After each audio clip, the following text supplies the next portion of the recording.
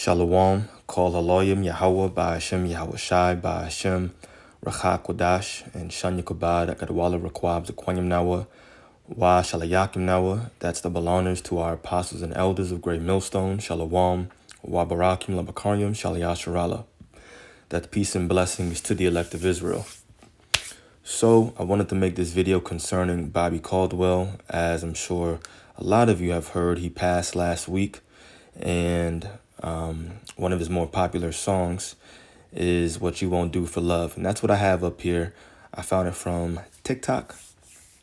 And I wanted to play it because this is going to be one of those rhetorical kind of questions that I'm just phrasing for this video. But is Bobby Caldwell a Jake?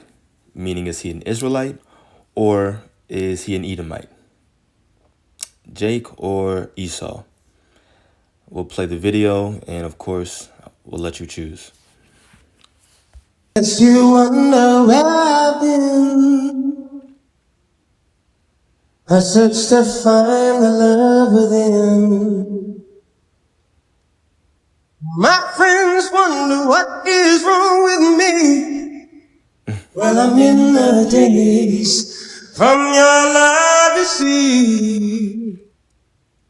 I came back to let you know, got a thing for you, and I can't let go. What you won't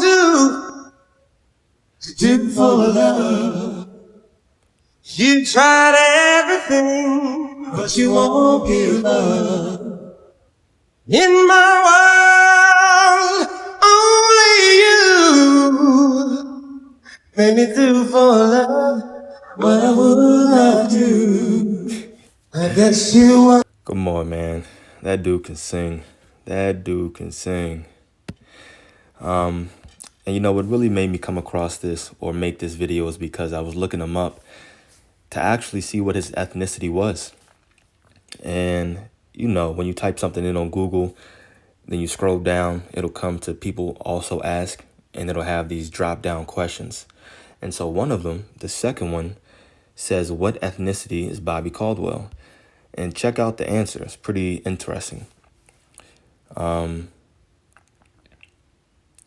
says executives at the label wanted to conceal the fact that Caldwell was white, so they kept his face off the album cover. When he toured with Natalie Cole to support the album, most of the audience was black. Meaning most of his audience, most of the people that listened to this man were Israelites. But of course, they say most of the audience was quote unquote black. And many were surprised that Caldwell was white. People were shocked. So they took his face off the album cover because the record label didn't want his audience to find out that this man actually was so-called white. But, you know, my opinion, this man is a Jake, obviously. And if that doesn't prove it, I don't know what else does. He can sing. His following are so-called black, which are really Israelites. But this is an example just showing that our people are scattered everywhere, and we're going to look like all of the nations in which we've been scattered, as that was a prophecy that happened to our people. Let me see. I wanted to read something else that was in there. Oh, man. The brother was born in Manhattan. Grew up in Florida. His mother sold real estate, and one of her clients was reggae singer Bob Marley. Interesting. So Caldwell and Marley became friends. Makes sense. Miami exposed Caldwell to a variety of music such as Haitian, Latin, reggae, and R&B, obviously. Let's see what else we can find. There was something else in here that I wanted to read. Let's skim through.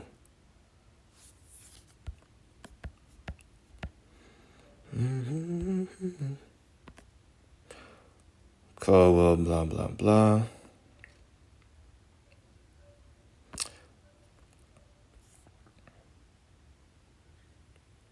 Okay. All right, whatever. That was it. That was a point. No need to no need to try to search for anything deeper. It's not a deep video. Just wanted to bring that out about Jake. Now check this out. This is Matthew 13, starting at verse 24. It says, "Another parable put he forth unto them, saying, The kingdom of heaven is likened unto a man which sowed good seed in his field. The good seed represent the Israelites, and the field is the world. But while men slept, his enemy, that's Esau, Edom, came and sowed tares among the wheat. And the tares that Esau sowed are more Edomites, right? Among the wheat. And the wheat is the good seed, the Israelites. It says, and went his way. But when the blade was sprung up and brought forth fruit, then appeared the tares also. So the servants of the householder came and said unto him, Sir, didst not thou sow good seed in thy field? From whence then hath it tares? He said unto them, because you don't want the tares, right? He said unto them, An enemy hath done this. The servant said unto him, Wilt thou then that we go and gather them up? But he said, Nay, lest while ye gather up the tares, to get rid of them, ye root up also the wheat, the Israelites, with them. And you want to keep the wheat. So verse 30 says, Let both grow together until the harvest. The harvest represents the end of the world. And right now, you have Israelites and Edomites, as well as obviously all other nations, mixed here in Babylon the Great, which is nothing but a big melting pot. All people, all so-called religions, different ways of thinking, right? Different ways of living, we can say. And you have to think about it. If you have Israelites that look like so-called white people today, then that means that the opposite has to be true as well. You have Edomites that look like so-called black people. Every melanated brother ain't a brother. You got some out there that are them Oreos. That's what I'm going to say. They out there. They exist. It exists. And so the scriptures say that we're all growing, aka living together right now until the harvest. So it says, let both grow together until the harvest. And in the time of harvest, once again, the harvest being the end of the world, I will say to the reapers, and the reapers are the angels, gather ye together first the tares, and bind them in bundles to burn them. So all the Edomites, no matter how they look, no matter what color of their skin complexion, we'll use that word color, is, no matter what their language is, no matter how their hair looks, eyes, their height, nothing, it doesn't matter. Whether they have melanin or not, gather all those tares. The angels are going to do that. It says, and bind them in bundles to burn them. So they're going to go into captivity, and then they're going to be destroyed eventually after 1,000 years. It says, but gather the wheat into my barn, representing the Israelites receiving salvation. And that's why the scriptures say all Israel shall be saved. It doesn't matter how you look right now. Eventually, every Israelite will be in the kingdom, in their right mind. The new covenant will be fully manifested. All Jakes will be in their right mind. And we're all going to get that nice melanated hue all back to us, no matter how you look right now. Even my man, Bobby Caldwell. Look at him. That's him. That's how he looks. But you got to be able to tell by the spirit. And it's not hard. It's not hard to tell. Esau can't sing like this. He just don't got it in him. And we're not just saying that because we don't like Esau. We're saying that because that's how the Lord made this man. He just made Esau to be a straight up loser. That's what he is. There's no better way to say it. That's why all he can do is devise wickedness, just evilness. if that's a word. That's all he can do. That's what he's good at. Deception, lies, taking over other people's land and belongings. That's it. Esau don't think about making music, chilling, relaxing, dancing, having a good time, cutting up, just vibing out. It's just not in his DNA. Damn. Is that him when he was younger? I guess so.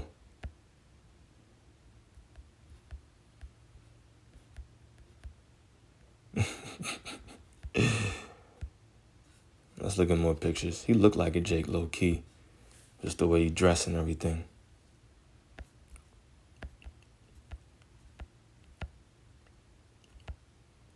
Smooth dude. Why they showing Pac and Biggie? Let's look at his wife. Okay. Yeah, she looked like straight up Edomite. I'm just saying. Okay, anyway, let's grab Amos. Let's close out with maybe a few more precepts.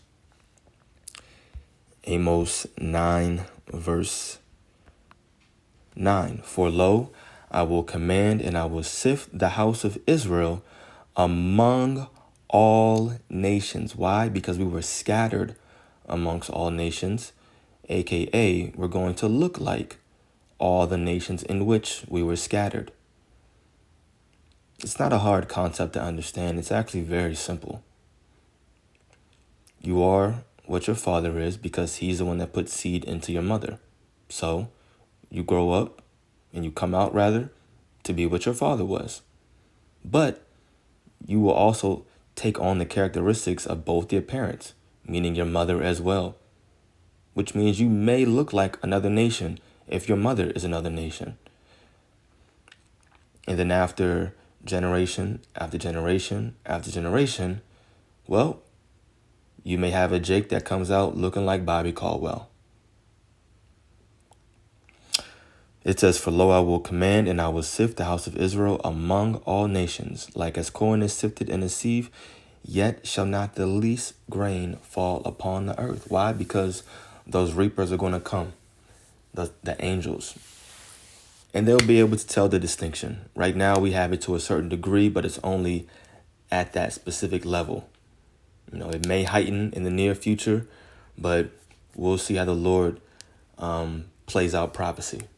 For right now, we know that the angels are going to come back and they're going to have the final say-so. They know. Let's just do this. Scattered and then nations. Let's see what precepts pop up.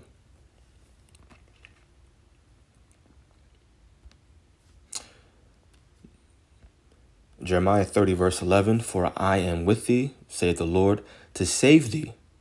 Though I make a full end of all nations, whither I have scattered thee, yet will I not make a full end of thee. But I will correct thee in measure, and will not leave thee altogether unpunished. Jeremiah 31, verse 10. Hear the word, O Lord, O ye nations, and declare it in the isles afar off, and say, he that scattered Israel, the so-called blacks, Hispanics, Native Americans, will gather him and keep him as a shepherd doth his flock.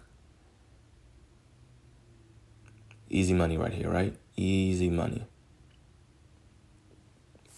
Ezekiel 6, verse 8, another good one. Yet will I leave a remnant, that's the elect in these days, right? That ye may have some that shall escape the sword among the nations, the sword representing destructions, when ye shall be scattered throughout or through the countries. This was a curse that came upon our people because of our disobedience to Yahweh Ba'ashem Yahweh Shai. When you read Deuteronomy, the 28th chapter, that's one of the curses. He scattered us amongst the four corners of the earth. But now the elect are being gathered together by the word, and we're all coming back, Lord's will. We're a part of that number, right? But we're coming back to our nationality, back to our heritage in these times. And that's biblical prophecy. That's one of the reasons that we know we're living in the end days, because we're coming back to who we are. And Edom sees that. He sees this great army being awakened, and he's fearful because that represents that he has a very short time to keep ruling. So just wanted to make that quick video, bring out those few precepts. Man, just because I like this song, we're going to end it off with this one more time, man. Call Hallelujah, which means all praises to Yahweh by Hashem Yahweh Shai by Hashem Kodash. Double honors to our apostles and elders, the great millstone. Peace and blessings to the elect. Shalom.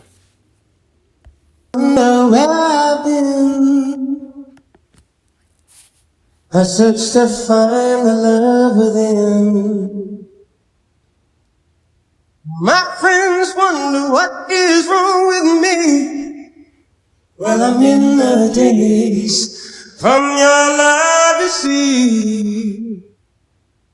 I came back to let you know, got a thing for you, and I can't let go. What you won't do for love.